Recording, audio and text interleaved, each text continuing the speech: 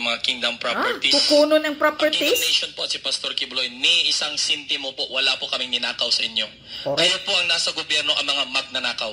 Correct. Ni isang kusing ang Kingdom Nation at si Pastor Apollo C. Kibloy, wala po kaming ninakaw sa inyo.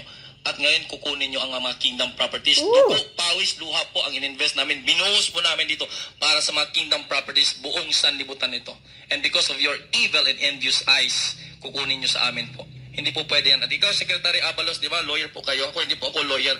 Pero in my ordinary mind po, makikita nyo yung statement po ninyong ito, puro po ito kabalbalan. Yung sinabi nyo po na Kagaguhan. magsiserve ka ng warrant, parang ikaw pang masama. Totoo po yun. Kayo po talaga ang masama. Yes. Kayo po Demonyo talaga ang ang masama gobyerno. sa pagsiserve nyo ng warrant. At sinabi, niyuyukaran at saka tinapaktapakan, yurakan at tinapaktapakan. Yung pagpapakita nyo po ng wanted na mga pictures, ito po, yung mahal po namin na Chief Administrator, Sister Ingrid Canada. For more than 40 years, nandito na po yan sa Kingdom Nation. Siya po ang aming Chief Administrator dito. Wala po siyang criminal record. At yung pinabalandra nyo po ang pagmumukha po niya. Brother Crescente Canada po, ang aming pong barangay captain sa Tamayong. Mga mababait po yan, mga full-time miracle workers ng Kingdom. Jacqueline Roy, main musician po yan ng Kingdom Nation po. Sylvia Simanes, one of the coordinators po. Sila po, lahat nakabalandra po ha. Pero yung hinuli nyo po, yung suspect, ito ang suspect na huli, nasa kamay nyo na po. Yung nagpas lang sa magkasintahan. Yan, nagpas lang kay Geneva. Tinabunan nyo po yung mukha, hindi naman po naka-blur. Yan nga, tinakpan ang mukha ng mga pulis na yan. Sino po nagyurak ng karapatan? Kami po ba dito sa Kingdom, wala pong human rights? At sila po may human rights, hindi nyo po pinakita yung mukha kasi nga may human rights sila. Tama.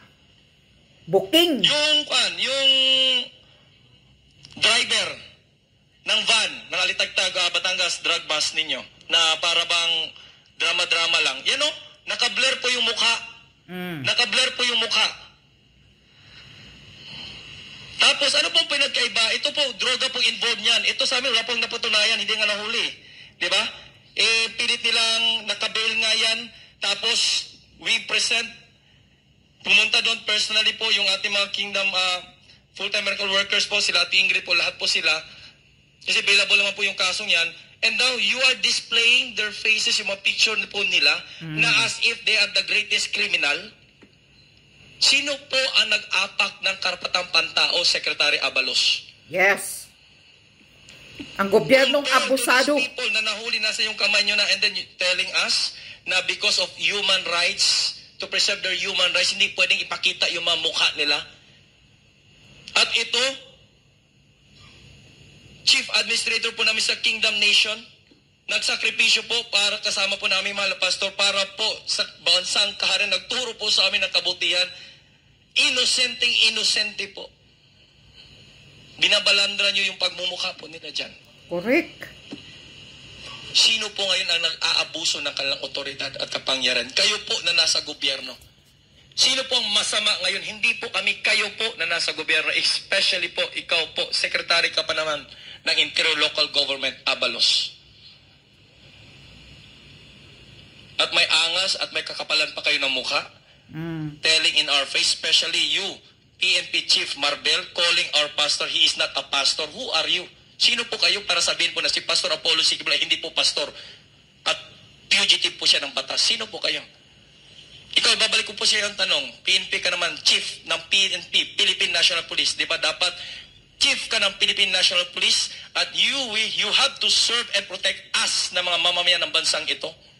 Correct. But you are not serving and protecting us. You are serving and protecting sa interest ng mga politiko na pinaglilingkuran po ninyo.